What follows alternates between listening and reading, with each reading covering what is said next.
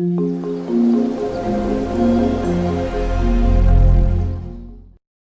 Guys, मैं हूँ Deepika Khakkar Ibrahim and welcome back to Deepika की दुनिया। सो यस, ये बन रही है शोएब की चाय और ये बन रहा है शोएब के लिए पोहा।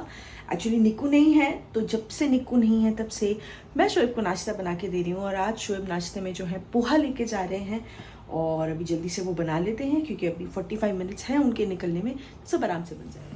ये सबसे पहले डाला राई, उसके बाद कड़ी पत्ता, फिर थोड़ी कटी हुई हरी मिर्च, इसको सौते किया, फिर डाले कटे हुए प्याज, इसको अच्छे से हमने सौते किया। ज़्यादा नहीं भूनना है, बस हल्का सा ट्रांसल्यूसेंट करना है।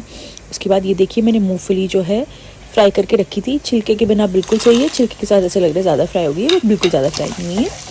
इसको हम कर लेंगे अच्छे से मिक्स।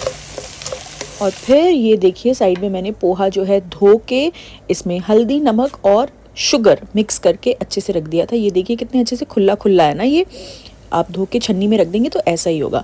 अब हम इसमें डाल देंगे ये पूरा पोहा, इसको अच्छे से हम मिक्स कर लेंगे और उसके बाद ना इसे हम ढक के थोड़ी देर छोड़ देंगे एकदम लो फ्लेम पे। ये देखिए डन हमारा पोहा, और इसमें मैंने ऊपर से डाल दिया है हरा धनिया। अभी एक लास्ट मिक्स, इसके बाद मैं इसे डब्बे में पैक कर दूंगी। ये देखिए डन। सो चलिए, शोएब का टिफ़िन हो गया रेडी। ये पोहे का बॉक्स, ये मैंने चाय के साथ अगर टोस्ट खानी हो तो टोस्ट भी पैक करके रख दिए, और वो 2 थर्मस में चाय। डन।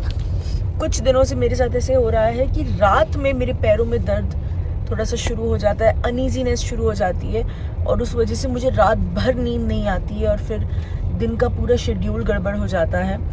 तो आज बहुत अनईजी लग रहा था। दिन में भी मैंने 2-3 बार सोने की कोशिश की, लेकिन आधे घंटे में नींद टूट रही है क्योंकि पैर में पेन भी है और अनईजीनेस भी है। तो मैंने डॉक्टर गोयल को फ़ोन किया और मैंने बोला कि डॉक्टर गोयल कुछ कर सकते हैं रिलैक्सेशन के लिए, तो इसीलिए मैं आ गई हूँ क्यूटिस। और चलिए आज आपको भी बताती हूँ कि यहाँ पे क्या करने वाले हैं। आई थिंक जितना मुझे कनिका ने बताया कि हाँ, अब ये 3rd ट्राइमेस्टर के जो चैलेंजेस हैं वो शुरू हो जाएंगे। कोई बात नहीं, तो चलिए अब करते हैं थोड़ी सी क्यूटिस में पैम्परिंग। मैं पहुंच गई हूँ और आपको भी बताते हैं कि हम क्या क्या केयर कर सकते हैं। यस, सो आ गई हूँ मैं अपने थेरेपी रूम के अंदर। ऑलरेडी शाहीन ने क्लेंजिंग वगैरह कर ली है। एक्चुअली मैं आई और डॉक्टर गोयल भी आराम से फ्री बैठी थी, तो बहुत समय बाद हम मिले हैं। तो पहले तो आधा घंटा हमने बैठ के खूब सारी गप्पे मारी, और फिर ये रही शाहीन। कैसी हो? अच्छी हो, आप कैसे हो? इतने दिनों बाद मिल रहे ना। सो यस, प्रेगनेंसी में भी अपना फेस केयर करना और चीज़ों का ध्यान रखना बहुत ज़्यादा ज़रूरी है। अपने आप को पैम्पर करना भी बहुत ज़्यादा ज़रूरी है, क्योंकि मदर ठीक रहेगी हर वे में, मेंटली, मतलब जस्ट अगर आपको खुशी भी मिलती है ये करके तो भी करना चाहिए, क्योंकि वही वाइब्स हम अपने बेबी को देते हैं। और अभी आज मैं ज़्यादा कुछ नहीं करा रही, आज हम सिर्फ क्लेंजिंग कर रहे हैं अच्छे से, और फिर ये मुझे रिलैक्सेशन अच्छे से करके देगी। जैसे कि मैंने कहा कि आज मैं बहुत थोड़ी सी टायर्ड फील कर रही हूँ। और इसके बाद मैं आपको बहुत अच्छी इन्फॉर्मेशन देने वाली हूँ कि प्रेगनेंसी में स्पेसिफिकली हमें स्किन केयर में क्या ध्यान रखना चाहिए, और मोस्ट इम्पॉर्टेंटली क्या चीज़ें इज़ अ स्ट्रिक्ट नो। तो वो हम डॉक्टर गोयल से बात करेंगे, ठीक है। मेरे लिए तो ऐसे लग रहा है कि मैं गुड मॉर्निंग कर रही हूँ वापस से, बिकॉज मैं इतना रिलैक्स हो गई और इतने अमेजिंग तरीके से मैं थोड़ी देर के लिए सो भी गई थी। शाहीन ने बहुत अच्छे से मसाज वगैरह किया। सो अब यहाँ पे डॉक्टर गोयल मेरे साथ हैं। आज कितने दिनों बाद आई हूँ ना मैं। आई नो, बहुत अच्छा, बहुत दिनों बाद आई हूँ। सो यस, अब आई हूँ और मैंने अपनी रिलैक्सेशन की है। और स्किन केयर तो जैसे मैंने आपको बताया था कि मैम घर पे भेजती रहती हैं, तो my skin care is in place. लेकिन ये मौका आप सबको बता, हमने हर चीज़ शेयर की है, ब्राइडल स्किन केयर कैसा होना चाहिए एंड LHR के बारे में डिटेल, नॉर्मल स्किन केयर में आपको क्या क्या करना चाहिए। तो अब ये आई एम श्योर एक बहुत बड़ी चीज़ है कि प्रेगनेंसी के दौरान, क्योंकि इतनी सारी चीज़ें हो जाती हैं, लेडीज़ खुद थकती हैं, ऊपर नीचे होती हैं बहुत सारी चीज़ें, तो कई बार हम स्किन पे ध्यान नहीं देते। सो आप प्लीज़ जल्दी से क्विकली बताइए कि घर पे रह के क्या किया जा सकता है, यहाँ पे आके क्या ट्रीटमेंट्स की जा सकती हैं, एंड क्या ट्रीटमेंट्स अवॉइड करनी चाहिए, क्योंकि ये एक बहुत इंपॉर्टेंट चीज़ है। क्योंकि obviously the baby is inside you, so there are too many things that we need to avoid, and there are too many myths also. So please.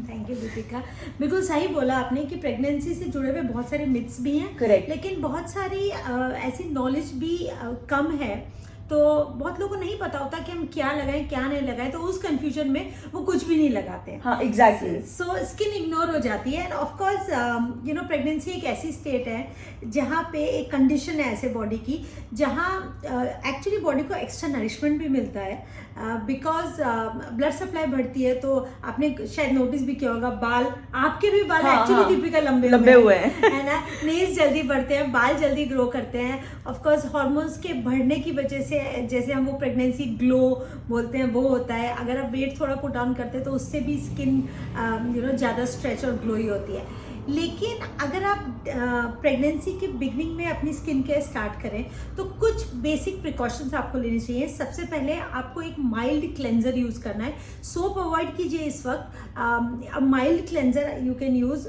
At least 2 times a day to cleanse your face.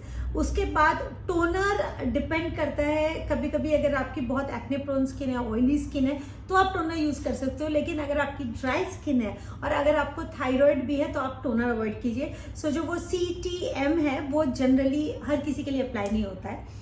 तो I would say कि आप पहले cleanse करें skin को, उसके बाद एक serum यहाँ पे आपको ध्यान रखना है कि आप ना retinol, glycolic acid, salicylic acid ये चीज़ें अवॉइड करें बिकॉज ये इरिटेट करती है स्किन को। स्किन आपकी ना इस वक्त बहुत अनस्टेबल हो जाती है। जैसे जैसे you go advancing in pregnancy, hormone changes की वजह से आप ये देखेंगे कि स्किन में काफ़ी चेंजेस आते हैं। अभी मैं दीपिका की स्किन देख रही हूँ, अभी काफ़ी डिफरेंट है। In the beginning of your you know first trimester the skin was very different। तो yes, आपकी स्किन थोड़ी अनस्टेबल होगी, थोड़ी फ्लक्चुएट करेगी।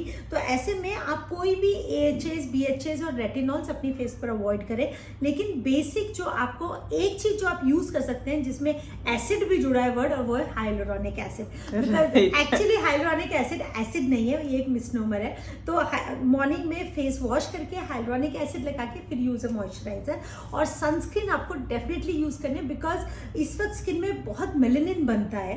तो आप देखेंगे कि निपल्स या स्टमक एरिया बहुत डार्क भी हो जाते हैं बिकॉज ये ऐसा नहीं है कि पिगमेंटेशन बढ़ रहा है, आपकी बॉडी में ना इन एरियाज में एक्सेस मेलेनिन बनता है। हमारे यहाँ पे नेवल से नीचे प्यूबिक एरिया तक एक वाइट लाइन होती है जिसे हम नॉर्मली मेडिकली लीनिया एल्बा बोलते हैं, वो लाइट रहती है। लेकिन ड्यूरिंग सेकंड ट्राइमेस्टर वो डार्क हो जाती है और उसे लीनियर नाइग्रा बोलते हैं। हाँ, अगर आपके फेस पे कोई मोल्स या फ्रेकल्स हैं जो थोड़े सोए हुए पड़े हुए वो भी डार्क हो जाते हैं during pregnancy. So basically susceptibility ज़्यादा बढ़ जाती है बिकॉज उन एरियाज में मेलेनिन प्रोड्यूस ज़्यादा होता है। तो इसलिए सन प्रोटेक्शन इंपॉर्टेंट है।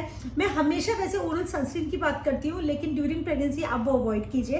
तो you can use topical sunscreen, और अगर ये पॉसिबल नहीं है तो आप बेस्ट सनस्क्रीन तो कपड़े so, आप फुल स्लीव क्लोथ्स पहन सकते हो।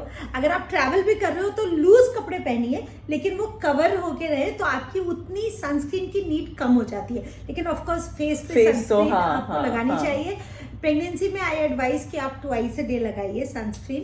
और क्योंकि वैसे भी अगर आप सनस्क्रीन से पहले भी should wash our face, right? You should wash जब हम रीटच कर रहे हैं। आप रीटच कर रहे हो नहीं, उसमें it's okay. Oh really? You can reapply, या you don't have to wash. नहीं तो you will over dry the skin. अगर आप फिर पूरा प्रोसेस करोगे तो ओवर ड्राई कर दोगे। हाँ, तो first time you cleanse, you put the serum, preferably hyaluronic acid, which is a good serum which you can use in throughout the pregnancy. Then you use a moisturizer and then you put a sunscreen. Okay. And हाँ, अगर आप makeup भी लगा रहे हो so it's okay once you are aware कि makeup में ingredients क्या हैं, is it pregnancy safe, but that makeup also should go on the skin now. After the sunscreen. Okay. Not in the beginning. Not in the beginning. हाँ, so makeup hardly gets to touch your skin. Correct. But yes, it's okay to feel good, to look good during pregnancy. So आप makeup use कर सकते हो। इस बात से तो मैं पूरी तरीके से एग्री करती हूँ कि प्रेगनेंसी एक ऐसा फेज है जिसमें आपके बहुत लोज होते हैं, एंड अगर आप अपने पे थोड़ी मेहनत करो एंड यू टेक एफर्ट कि कुछ दिन आप अच्छे लगो, चाहे वो मेकअप लगा के है, चाहे वो स्किन केयर, हेयर केयर करके है, अंदर से वो एक बहुत अच्छी फीलिंग आती है एंड खुद को भी थोड़ा अच्छा लगता है और मूड भी थोड़ा अच्छा रहता है। सो ये तो हो गई एप्लीकेशन वगैरह की बातें। नाउ टॉकिंग अबाउट क्यूटिस, हम यहाँ आके क्या ट्रीटमेंट्स कर सकते हैं और कौन सी ट्रीटमेंट्स हैं जो आपकी तरफ से आप बोलते हो कि स्ट्रिक्ट नो है? बिकॉज आई थिंक अगर आप नहीं होते, मतलब हमारा जो ट्रस्ट आपका और मेरा बिल्ड है, तो शायद मैं ऐसे किसी क्लिनिक में कदम भी नहीं रखती प्रेगनेंसी के दौरान, बिकॉज एक वो बहुत बड़ा फियर रहता है. तो because I trust you so much is that I was like कि नहीं, यहाँ तो you know I can blindly गो, कुछ गड़बड़ नहीं होगी. सो प्लीज बताइए कि क्या कर सकते हैं और क्या चीजें हैं जो क्यूटस में भी आप स्ट्रिक्टली प्रेगनेंसी में अवॉइड करवा देते हो. सो पहली चीज़ तो बिकॉज मुझे यहाँ एडवांटेज मिल रहा है कि मैं दीपिका के ब्लॉग पे हूँ, तो यू नो प्रेगनेंसी में ये इम्पॉर्टेंट है कि आप क्या खा रहे हो, क्योंकि अगर हम बेबी की सेफ्टी की बात करते हैं तो how will the baby get affected, how is the baby connected to mother through placenta, right. अभी जब हम कोई भी ड्रग स्टडी करते हैं, कोई भी एंटीबायोटिक है, पेन किलर है, कोई भी मेडिकेशन है, तो उसका यू नो उसकी प्रॉपर्टीज में होता है कि ये प्लेसेंटा क्रॉस करती है, ये प्लेसेंटा नहीं क्रॉस करती है. ओके. तो not everything which a mother eats goes to the baby. Okay. Okay. That is also a myth. So there are certain drugs which जो भी डॉक्टर आपको मेडिकेशन लिखेंगे they will tell you. I tell my patients के be very cautious of what you put in your mouth during pregnancy. Even a simple pain killer can cross over and affect, so please be cautious. Of course during pregnancy multiple problems हैं, आपको cold हो गया, fever हो गया, you have throat infection, you will take medication, but there are few antibiotics which are safe, few which are not safe. Correct. Coming from dermatology point of view, most of हमारी जो oral medications है we do not advise during pregnancy. Correct. However एक condition होती है pigmented purpuric dermatosis of pregnancy, PPPD. Anyways बहुत लंबा नाम है. सिंपली क्या है कि सेकंड ट्राइमेस्टर में शुरू होती है और थर्ड ट्राइमेस्टर तक ना आपको बहुत इचिंग फील हो सकती है बॉडी में. ओके. एंड इवन जैसे यू नो प्रेगनेंसी में because tummy grows and breast also becomes enlarge, so body skin बहुत रब करती है. उसकी वजह से फंगल इन्फेक्शन बहुत कॉमन है. अंडर आर्म्स है, ब्रेस्ट के नीचे है, ग्रोइन में, तो आपको ट्रीटमेंट तो लेना होगा. तो यहाँ कुछ ओरल एंटी फंगल सेफ है, कुछ नहीं है सेफ. ओके. तो that is very important. But of course इसलिए आप कोई भी केमिस्ट से या किसी और का प्रिस्क्रिप्शन कॉपी नहीं कीजिए. गो टू योर डॉक्टर, वो आपको प्रॉपर्ली बताएंगे कि आप क्या ले सकते हो, क्या नहीं ले सकते. आई थिंक प्रेगनेंसी का एक गोल्डन रूल जो मैंने भी फॉलो किया है वो जरूर करना चाहिए कि कुछ भी किसी के कहने सुनने पे मत करो. Just call your doctor. मतलब मैंने तो छोटी सी आम खा सकती हूँ, बादाम खा सकती हूँ, ये छोटी से छोटी चीज के लिए मैंने अपनी डॉक्टर को मैसेज किया है. But you know when you are eating it at least you are sure कि हाँ आपने अपने डॉक्टर को बताया हुआ है. So that really helps. Yes. So आप क्या खा रहे हैं ये आप कॉशियस रहिए.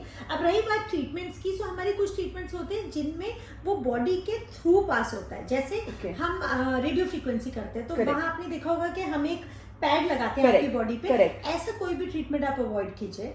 हम यूजुअली केमिकल पील्स भी ड्यूरिंग प्रेगनेंसी अवॉइड करते हैं. ओनली माइल्ड पार्टी पील्स जिसमें अगेन हाइड्रोनिक एसिड या मैट्रिक्स जेल होता है, सिर्फ वो करते हैं ग्लो के लिए.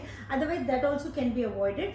हाँ, कुछ प्रोसीजर्स जैसे laser hair removal. Laser hair removal actually Deepika अगर आपको याद हो, हमने हमने एक डिटेल ब्लॉग किया था लेजर हेयर रिमूवल पे, वहां भी शायद ये बात हुई थी. तो लेजर हेयर रिमूवल देखिए, ये ना एक इसमें दो थॉट्स है.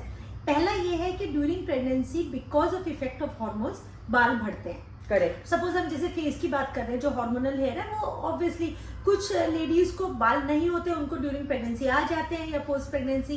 कुछ को जिन्हें कम बाल होते हैं वो बढ़ जाते हैं. तो ऐसे में आपको लेजर करना साइंटिफिकली सेफ है. आपके बेबी को लेजर से कोई हार्म नहीं हो रहा है. लेकिन ये हो सकता है कि आपके रिजल्ट्स उतने नहीं आए बिकॉज ऑलरेडी जो बाल आप लेजर से कम कर रहे हो वो हार्मोन से बढ़ रहे हैं या न्यू हेयर आ रहे हैं. तो ये आपको you know some ladies then prefer कि अब हम डिलीवरी के बाद ही लेजर करेंगे. लेकिन scientifically like in fact I have lot of women who do bikini laser before going in for labor because they do not want. Even here in India. Yes. Really? Yes. Because this is news for me because मैंने हमेशा ये सुना है कि LHR is not safe. तो मैंने तो अब तक अपना कोई मैंने सेशन नहीं लिया है. But LHR scientifically it is safe. But वही होता है कि जैसे सपोज आपके 5 सेशंस आपने प्रेगनेंसी में किए, तो ऐसा हो सकता है कि आपको और सेशंस चाहिए बाद में. लेकिन बस मेरा मानना ये है कि compare to you know waxing, shaving, threading, plucking, bleaching, उससे तो still laser is a better way. और फिर यू नो 9 महीने आपको कोई you don't have to become a bear. Hair all over the body है ना, तो कुछ तो आप करोगे. तो उससे बेटर है Yeah. but of course the hygiene, everything is very important, important. because we can't Absolutely. leave anything to chance, especially जो diabetic mothers हैं, Right. we specially take care कि उनकी blood sugar controlled हो. Right. अगर uncontrolled होती है तो we avoid, because Okay. after all we are going to Correct. shave the area and Correct. pass the laser. Correct. And उनको तो मैं advise करूँगी कि आप वैक्सीन वगैरह भी नहीं करें. अगर आपको रियली बाल बॉदर करे तो बस you can do wet shaving, avoid anything else, because chances of infection, hair infection, folliculitis is higher. Okay, so this is a piece of news for me also. So yeah, रही बात cuteness में, injectables, botox और filler करें क्या? For me, I do not do botox and filler during pregnancy. Yeah. So you can avoid it, or you can talk to your doctor whom you are talking to. And the surgical procedures जो हम करते हैं जैसे threads वगैरह, that we completely avoid, because I also see that there is a pain threshold is very different during pregnancy. So the invasive procedures, like अगर आपको कोई surgical करवाना है, nail excision है, mole surgery है, that we avoid during pregnancy. Okay. Because pregnancy is also a time when your moods and your hormones all are absolutely, affected. absolutely. मतलब वो इतना सा राई का पहाड़ इस दौरान बहुत आसानी से बनता है. Absolutely. और अपने आप को पैम्पर कीजिए. सो बहुत सारे मास्क होते हैं जो आप घर पे बना सकते हैं. Please pamper your body. शायद ये नेचर ने एक ऐसा टाइम दिया है आपको कि आप अपनी बॉडी को पैम्पर करें. सो Absolutely. बहुत सारे जैसे शीट मास्क हैं, पील ऑफ Correct. मास्क हैं, Correct. क्रीम मास्क हैं, वो आप यूज कीजिए. Body Yeah. के लिए भी बहुत सारी घरेलू रेमेडीज हैं which we have spoken in our earlier blogs also. So आप कुछ भी घर पे use all these things, but याद रखिए अगर कोई भी इरिटेशन स्किन में होता है तो उसको डिसकंटिन्यू कर दीजिए. Okay.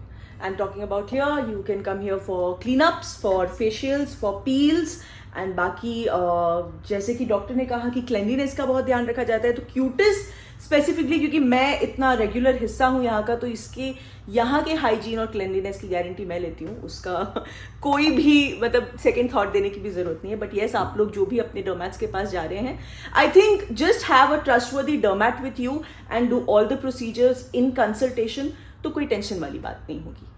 Thank you.